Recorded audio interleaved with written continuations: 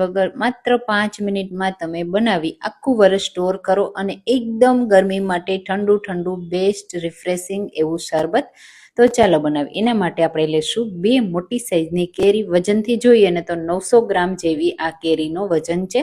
હવે એની આપણે છાલ કાઢી લેશું અને કેરીના બસ માત્ર આપણે ટુકડા કરવાના છે. કેરીને બાફવાની નથી કે આપણે કોઈ શેકવાની નથી. તો પણ તમે આખું વર્ષ આ શરબતનું પ્રીમિક્સ બનાવી અને તૈયાર કરી શકશો અને બિલકુલ ખરાબ પણ નહીં થાય. ફ્રીઝ વગર અને ફ્રીજમાં બંને રીતે સારું રહેશે. તો આ રીતે બસ એની છાલ કાઢી લેવાની છે, ગોટલાના ભાગને અલગ કરી લેવાનો છે અને કેરીના ટુકડા તૈયાર કરી લેવાના છે. એ પણ નાના કે મોટા તમારી ચોઈસ પ્રમાણે. તો તમે કાચી કેરીમાંથી આવું શરબત કે બાફલો કે તમે જે કહેતા હોય કે આમ પન્ના તે ક્યારેય બનાવ્યું છે કે નહીં મને કમેન્ટમાં ચોક્કસથી કહેજો. અને હા, તમે મારી રેસીપી કઈ સિટીમાંથી જુઓ છો ને મને જરૂરથી કહેજો. તમે જુઓ અહીંયા આપણે બધી કેરીને કટ કરી લીધી. બંને કેરી સરસ એવી કટ થઈ ગઈ. હવે આપણે એને મિક્સર જારમાં એડ કરી દઈશું. ડાયરેક્ટ મિક્સર જારમાં જ એનો પેસ્ટ કરવાની છે. તો બસ આ બધા ટુકડા એક સાથે એડ કરી દેશું. હવે આપણે એને ગ્રાઇન્ડ કરવા માટે અડધો કપ જેટલું પાણી એડ કરીશું અને એકદમ સ્મૂથ ગ્રાઇન્ડ કરી લેશું. આવું કરવાથી તમારે બાફી નહીં પડે અને માત્ર હવે 5 જ મિનિટમાં આખા વર્ષ સુધી સ્ટોર કરી શકાય એવું શરબતનું પ્રીમિક્સ રેડી કરી અને તૈયાર કરી શકશો. તો આ રીતે એકદમ સ્મૂથ પેસ્ટ કરવાની, આંગળીથી ચેક કરી લેવાની. તમે જુઓ એકદમ સ્મૂથ છે. તો આ પેસ્ટ બનાવતી વખતે તમને એવું લાગે કે એમાં ટુકડા છે તો ગાળી લેવાનું. અહીંયા બિલકુલ સ્મૂથ છે તો હું ગાળતી નથી. હવે મસાલો તૈયાર કરી એના માટે 2 ચમચી વરિયાળી, 2 ચમચી ખાંડ અને 1 ચમચી આખું જીરું. તો વરિયાળી અને જીરુંને એકદમ સ્મૂથ પીસવા માટે મેં ખાંડ એડ કરી છે, જેના લીધે એકદમ ફાઇન પાવડર થશે. અને આ પાવડરમાં પણ જો તમને એવું લાગે કે એમાં એના ટુકડા છે તો તમારે પાવડરને ચાળી લેવાનો, જેનાથી ટુકડા બધા નીકળી જશે. તો મેં પાવડરને ચાળીને રેડી કરી લીધો છે. હવે એક પેન લેશું, એમાં બધો પલ્પ એક સાથે જ એડ કરી દઈશું. અહીંયા કોઈ ઘી એડ નથી કરવાનું અને બસ આપણે માત્ર આ પલ્પને એડ કરવાનો છે અને મિક્સ કરવાનો છે. અહીંયા પણ જો તમને પલ્પ એડ કર્યા પછી એવું લાગે કે કોઈ ટુકડા રહી ગયા છે તો એને દૂર કરી દેવાના. હવે એમાં સ્વાદ પ્રમાણે ખાંડ એડ કરી દઈશું. તો જે પલ્પ છે ને એ 1 કપ જેટલો હતો ને એટલે મેં સામે 1 કપ ખાંડ એડ કરી અને તૈયાર કરેલો વરિયાળીનો પાવડર સાથે 1 ટીસ્પૂન જેટલો ચાટ મસાલો અને થોડું મીઠું હું એડ કરું છું અને મિક્સ કરી દેશું.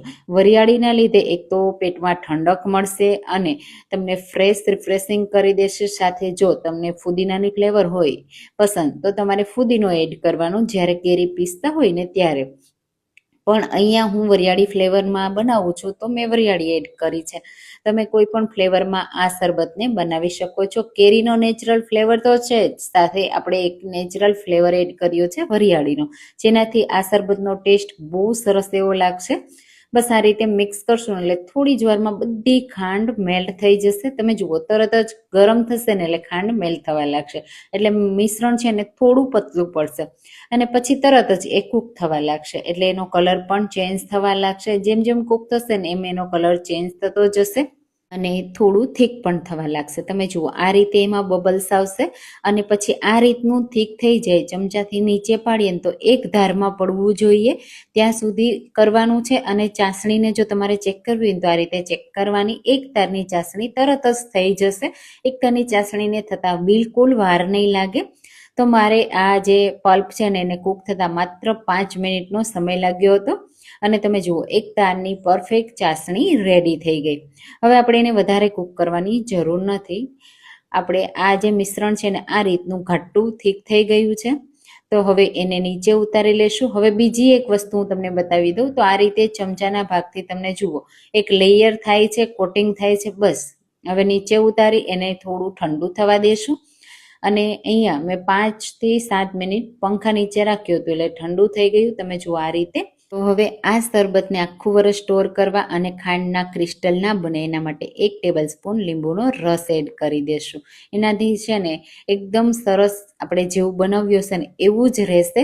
કોઈ થીક નહીં થાય, કોઈ ક્રિસ્ટલ નહીં બને. બસ આ જે પલ્પ છે ને આપણો રેડી થઈ ગયો. આમાંથી તમે ઘણી બધી રીત સાથે શરબત રેડી કરી શકો છો. તો આ રીતની કોઈ પણ કાચની બોટલ કે કોઈ પણ રસનો ડબ્બો કોઈ વસ્તુમાં તમે આ પલ્પને સ્ટોર કરી શકો છો. બસ એકદમ ઠંડુ કરી લેવાનું, પછી આ રીતે ભરી લેવાનું. ફ્રીઝમાં પણ રાખી શકો છો અને ફ્રીઝ વગર પણ તમે રાખો ને તો પણ ખરાબ નહીં થાય. જો પાણીનો ભાગ રહી ગયો હશે ને તો ફ્રીઝ વગર ખરાબ થશે, પણ એક તારની ચાસણી સાથે તમે બનાવશો ને તો ફ્રીઝ વગર પણ સારું રહેશે. આ રીતે ઢાંકી અને સ્ટોર કરી દેવાનું. તો આ રીતે બનાવો ને તો તમારે કેરી બાફવી નહીં પડે, શેકવી નહીં પડે અને ઇન્સ્ટન્ટ બનીને રેડી થઈ જશે. તો બસ હવે આમાંથી શરબત કેવી રીતે બનાવવું એ પણ બતાવી દઉં. તો હું અહીંયા ગરમી છે ને તો થોડા તકમરિયા પલાળી દઉં છું. તો આ રીતે એક ચમચી તકમરિયાને થોડા પાણીમાં પલળવા દેશું. માત્ર 5 મિનિટમાં તકમરિયા પલળી જશે. તો આપણે એને સાઈડમાં મૂકી દઈએ. જ્યાં સુધી તકમરિયા પલળે છે ને ત્યાં સુધી આપણે શરબત રેડી કરી લઈએ. તો એના માટે મેં અહીંયા ઠંડુ પાણી લીધું છે 4 ગ્લાસ અને એમાં આપણે પલ્પ એડ કરીશું. તો હું અહીંયા અડધા કપ જેટલો પલ્પ એડ કરું છું અને હવે બસ સરસ રીતે મિક્સ કરી દેવાનું. અહીંયા જો પલ્પ થીક થઈ ગયો હોય, મિક્સ બરાબર ન થતો હોય તો તમારે થોડું બ્લેન્ડર ચલાવી લેવાનું, એટલે પ્રોપર મિક્સ થશે. હું અહીંયા આ રીતે ચલાવું છું, જે આપણે તાજો બનાવ્યો છે એટલે તરત જ મિક્સ થઈ જશે. તો આપણો એકદમ સિમ્પલ યુનિક કાચી કેરીનું શરબત રેડી છે. તો હવે આપણે એમાં જે તકમરિયા પલાળીને રાખ્યા હતા તે એડ કરી દઈશું. તમે અહીંયા કેસરવાળું પાણી પણ એડ કરી શકો છો અને આ રીતે રોઝ પેટલ અને ડ્રાયફ્રૂટ પણ એડ કરી સર્વ કરી શકો છો. ઘણી બધી રીતે આ શરબત બનાવી શકાય છે. તો આપણું એકદમ ઇન્સ્ટન્ટ સુપર ટેસ્ટી ગરમીઓમાં તેનું બેસ્ટ અને લૂથી બચાવે એવું કાચી કેરીનું શરબત રેડી છે. તો તમને આ રેસીપી કેવી લાગી મને કમેન્ટમાં ચોક્કસથી કહેજો. રેસીપી ગમી હોય તો લાઈક કરજો, શેર કરજો અને મારી ચેનલને સબસ્ક્રાઈબ કરજો, જેથી આવી નવી નવી રેસીપીઓ મળતી રહે.